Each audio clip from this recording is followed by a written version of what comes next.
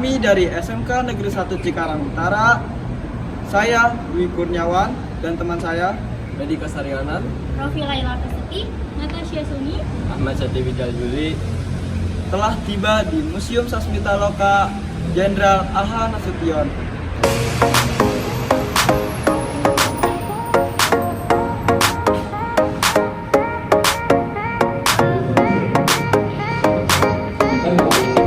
Nah, di sini kita telah sampai di ruang kerja Jenderal Besar A.H. Nasution. Untuk penjelasannya bisa kita tahu dengan siapa Mas ya? Dengan Raffi. Nah, Mas Raffi, ini kan ruang kerja Jenderal A.H. Nasution. Untuk sejarahnya gimana tuh? Jadi ini tuh adalah tempat ruang kerja dari Jenderal besar kita, Jenderal Nasution. Di sini kita lihat dia biasa di sini suka mengarang buku. Bisa dilihat di sana sekitar 70 buku karangan dia. Ada contoh-contoh bukunya seperti taktik perang yang dipakai di akademi militer sampai sekarang. Hai guys, jadi sekarang kita udah nyampe ke ruangan yang kedua, yaitu ruangan kuning. Di sini kita bisa nanya, ruang kuning itu ada buat apa aja ya, Mas? Oke, jadi ruang kuning ini adalah tempat Jenderal besar kita, Jenderal Nasution menerima tamu. Yaitu ini aslinya tuh ruang tamu, tapi dinamanya ruang kuning. Seperti pejabat-pejabat luar negeri, dalam negeri itu biasanya dari sini diterimanya oleh Pak Nas. Bisa dilihat di sini akses utamanya itu di situ. Tapi sekarang ditutup karena dialih fungsikan sebagai museum. Di sini miniaturnya juga masih sangat asli dan di sini ada karpet. Bisa dilihat karpet ini. Ini adalah alas saat Pak Nas wafat. Itu beralaskan ini dan ada Irma. Boleh dijelaskan sedikit Mas tentang terkait patung yang ada di sini? Oke, jadi ini namanya pasukan Cakrabirawa ya. Cakrabirawa itu dulu itu dibikin oleh Presiden Soekarno untuk menjaga Presiden Soekarno. Karena kejadian 1965 itu, jadi citranya jelek, namanya rusak, sekarang diganti menjadi Pas Pampres. Baik, kita sambil jalan dulu Mas.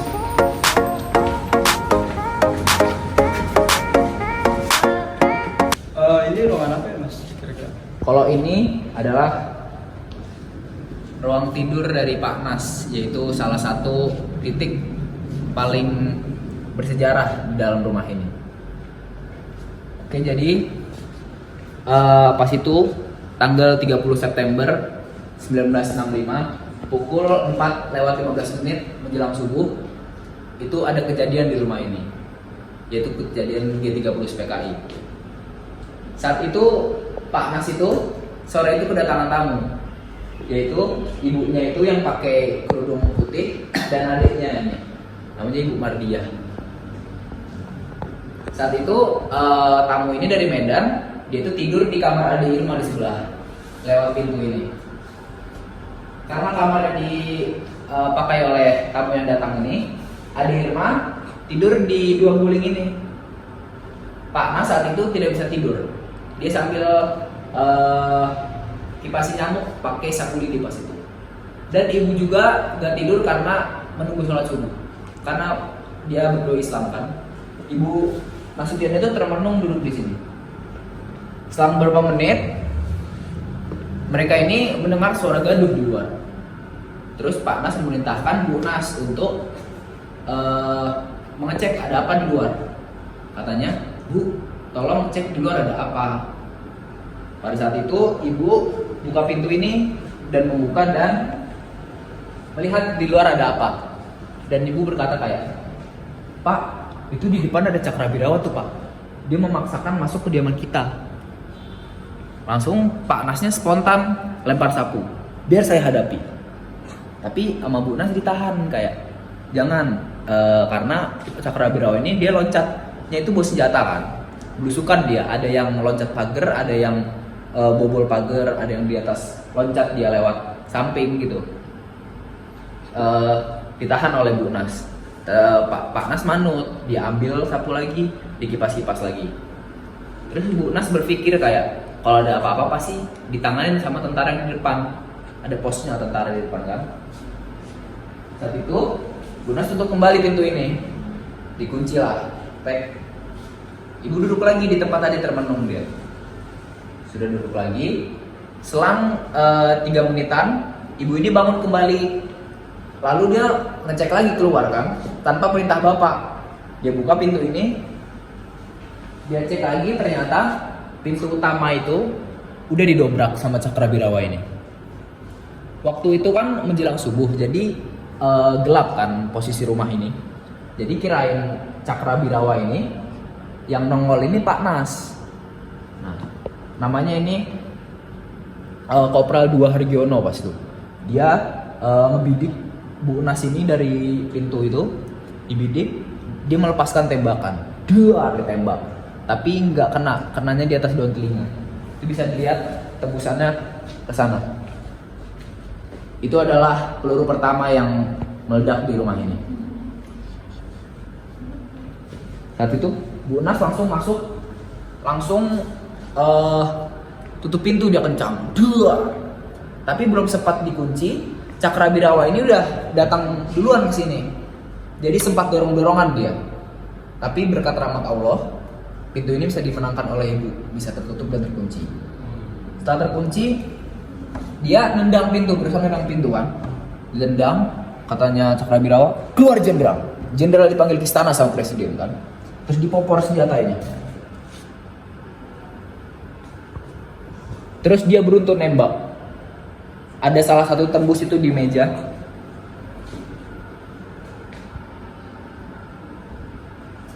Tapi saat itu, saat Cakrabirawa beruntun nembak, ibu itu belum waktunya wafat pada saat itu.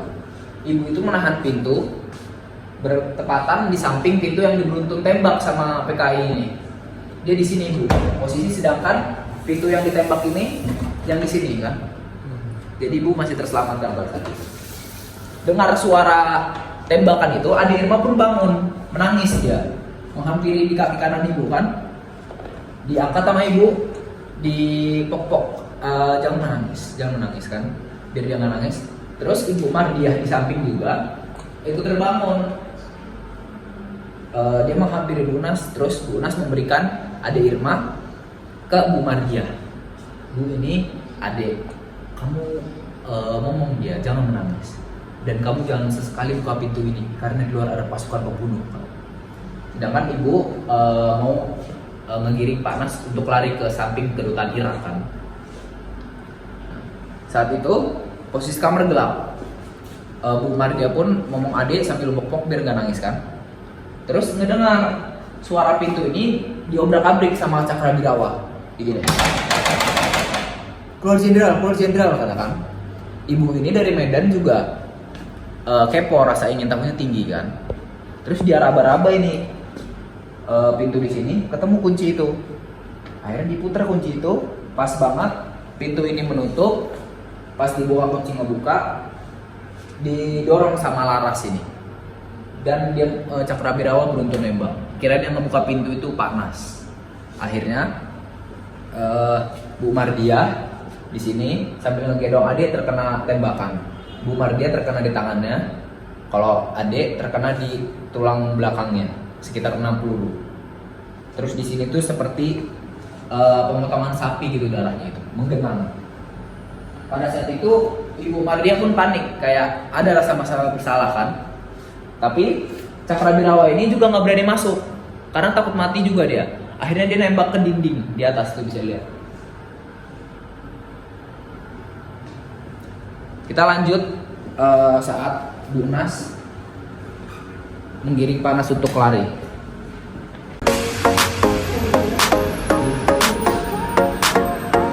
Kita di sini lagi di ruangan barat.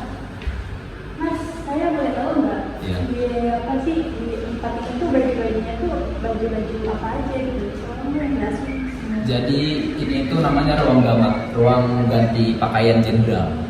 Jadi kalau kita menjadi jenderal siapapun pasti punya ruang gamat. Jadi ini adalah seragam-seragam yang dikenakan oleh Jenderal Nasution ya. Di sini kita lihat baju terakhir Jenderal Nasution yang berbintang 5. Di sini ada juga baret-baret baret-baret, ada pedang juga, penghargaan, ada yang dia dipakai sendiri. Jadi kalau jenderal itu dia sehari itu bisa 3 sampai 5 kali ganti pakaian itu, karena banyak menghadiri acara kan. Bisa lihat di sini, ini pas bintang 5, ini pas masih berbintang 4. Jadi Pak Nasution ini dia itu jenderal berbintang 5 dari 3 orang. Jadi kita di Indonesia tuh punya 3 jenderal bintang 5. Yang pertama itu Jenderal Sudirman, yang kedua itu Jenderal Nasution, yang ketiga itu Jenderal Soeharto. Jadi jenderal bintang 5 ini jenderal penghargaan, pemberian gitu loh. Jenderal paling luar biasa lah ibaratnya. Kan karena aslinya jenderal itu hanya bintang 4 doang.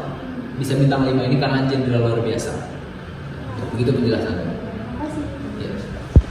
Oke, sekarang setelah Anak saya sudah menjelaskan dari ruang gamma, kita keluar guys. Oke Mas, bisa dijelaskan kejadian di tempat ini? Oke, jadi kejadian tempat ini yaitu Pak Nas loncat ke samping, yaitu kedutaan Irak. Pada saat itu Ibu Mardiah yang menggendong adik tadi di kamar sudah tertembak, memberikan adik Irma kepada Ibu Nas di sini.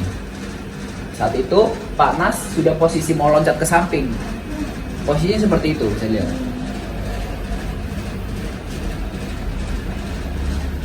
Terus berencana Pak Nas ini melihat adik bercucuran darah di sini. Pak Nas mau turun lagi, tapi dihalangi oleh Ibu Nas. Sudah, kamu pergi saja, ini orang mengincar kamu kan, kamu yang dibunuh. Bersamaan dengan ada tembakan nyasar ke tembok itu, tapi sudah diperbaiki sekarang. Saat itu Pak Nas langsung meloncat ke samping dan menjatuhkan pot bunga di kaki kirinya. Akhirnya kaki kirinya patah. Tapi dia nggak putus asa, dia tarik kakinya, dicari tempat persembunyian. Ketemulah dalam tatakan air kosong kan. Dia masuk ke situ, dia pingsan.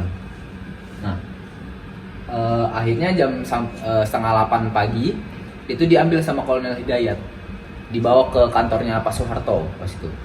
Terus Pak Nas ini memerintahkan Pak Soeharto untuk memanggil Pak Sarwo Edi pas itu, pemimpin dari RPKAD, itu sekarang namanya Kopassus ya. Terus datanglah Pak Sarwo Edi kan, Sarwo Edi siap tumpas PKI, siap. Berapa menit kamu bisa tumpas PKI? Siap, 25 menit. Akhirnya dijalankan tuh. Dulu PKI yang ada di Monas, yang ada di istana itu ditumpas habis sama RPKAD kan. Akhirnya dikuasain Jakarta ini sama RPKAD. Nah, saat itu saat mengambil Pak Nas juga, dia itu tidak mau pakai bahasa kayak Pak Nasution kamu di mana, itu tidak mau. Karena dulu itu dia nggak tahu mana kawan mana musuh kan. Jadi dia ada adiknya pakai bahasa Belanda jadi kan. Jadi dia dicari, jadi dia percaya ini, oh ini beneran mau cari saya, mau selamatin saya kan. Ada pas dibawa sama Pak Kolonel Hidayat itu dimasukin ke bagasi, masukin bagasi baru dibawa ke kantor Pak Harto.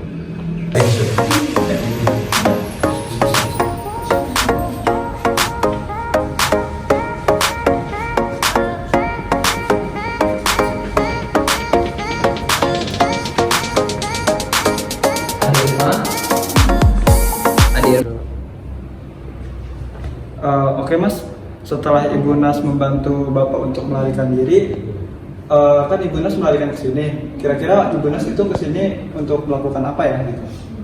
Oke, jadi Bu Nas, maksud tujuan ruang makan ini salah satunya itu buat menghampiri telepon. Dia mau meminta bantuan kan. Pas saat dia angkat telepon, salah satu dari Cakrabirawa ini langsung ngomong dia, telepon sudah saya putus. Terus bertanya dia, mana Nasution? Terus Bu Nas sengaja berbohong kayak demi kebaikan kan, kayak Pak Nas sudah 2 hari di Bandung, kalian kesini hanya untuk membunuh anak saya. Nah, Cakrabirawa yang 5 ini juga mukanya itu dimiripin semirip mungkin kan, karena dulu sehabis kejadian ini Bu Nas ini minta data dari Cakrabirawa. Jadi oh ini nih yang pernah bentak saya, ini yang nanya saya ini itu.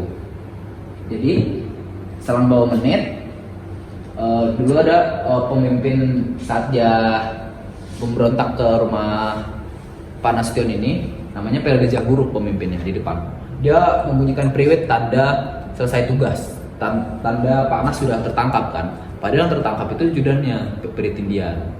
Prit ditiup, pelit 2 kali kan, prit. Akhirnya mereka lari ke depan, Ibu Nas ikut di belakang. Pas Bu Nas ngeliat, oh yang tertangkap Pak Prit Indian ternyata. Dan dia bertanya kepada adik kan, kayak adik Irmanya, adik masih hidup, masih mama. Akhirnya adik ini dilarikan ke rumah sakit RSPAD Gatot Subroto kan.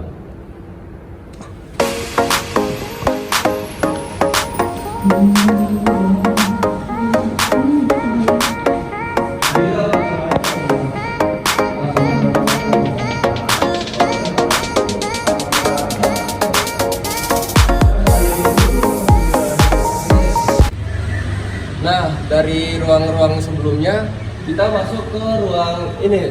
Mas, untuk ruang ini sendiri gimana tuh sejarahnya? Jadi ruang ini adalah tempat ajudan Jenderal Nasution itu, Pak Prit Indian itu tertangkap. Jadi dulu itu ada yang bisa dilihat di situ, ada 3 tentara itu. Itu yang jaga di depan, di pos. Itu namanya dulu pos monyet namanya. Dulu tapi belum sebagus itu posnya. Jadi mereka ini tuh sebenarnya ditawan oleh orang PKI gitu, Mas? Iya, ditawan agar dia tidak gimana ya, tidak melawan gitu lah. Dilucuti senjatanya. Karena yang diincar hanya Jenderal Nasution. Jadi mereka itu tidak diapa-apain, tidak dibunuh, tidak ditembak, tidak diapa-apain. Terus kenapa Pak Prit Indian bisa tertangkap kan? Karena dia itu bilang kayak, saya ajudan Jenderal Nasution, tapi yang terdengar oleh Cakrabirawa ini saya Jenderal Nasution. Jadi ada salah komunikasi juga di situ. Salahnya juga kayak Cakrabirawa ini kalau dapat tugas, kalau dulu kan belum ada kayak informasi, belum ada sosial media gitu kan. Jadi dia ditugaskan untuk menculik Pak Nas, udah dia menculik Pak Nas, nggak tahu muka aslinya itu kayak gimana, rupanya itu aslinya kayak gimana. Jadi dia salah tangkap. Jadi akhirnya Pak Prit Indian tertangkap dan dinyatakan sebagai pahlawan revolusi. Oke teman-teman, kita sudah berkeliling di Museum Sasmita Loka Jenderal A.H. Nasution. Buat teman-teman yang pengen datang ke Museum Sasmita Loka Jenderal A.H. Nasution, boleh berkunjung pada hari Selasa sampai Minggu dari jam 8 pagi hingga jam 4 sore. Sekian dari kelompok saya. Wassalamualaikum warahmatullahi wabarakatuh.